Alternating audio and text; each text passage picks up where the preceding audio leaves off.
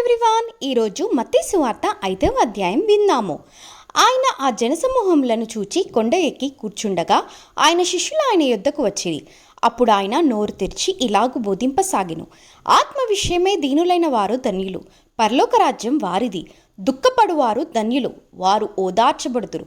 సాత్వికులు ధన్యులు, వారు భూలోకమును స్వతంత్రించుకొందురు. నీతి కొరకు ఆకలి దప్పులు కలవారు ధన్యులు, వారు తృప్తిపరచబడుదురు. కనికరం గలవారు ధన్యులు, వారు కనికరం పొందుదురు. హృదయశుద్ధి గలవారు ధన్యులు, వారు దేవుని చూచెదరు. సమాధానపరచువారు ధన్యులు, వారు దేవుని కుమారులనబడుదురు. నీతి నిమిత్తము హింసింపబడువారు ధన్యులు, పరలోక రాజ్యం వారిది. నా నిమిత్తము జనులు మిమ్మును నిందించి హింసించి మీ మీద అబద్ధముగా చెడ్డ మాటలెల్లా పలుకున్నప్పుడు మీరు ధన్యులు. సంతోషించి ఆనందించుడి, పరలోకమందు మీ ఫలము అధికమగును.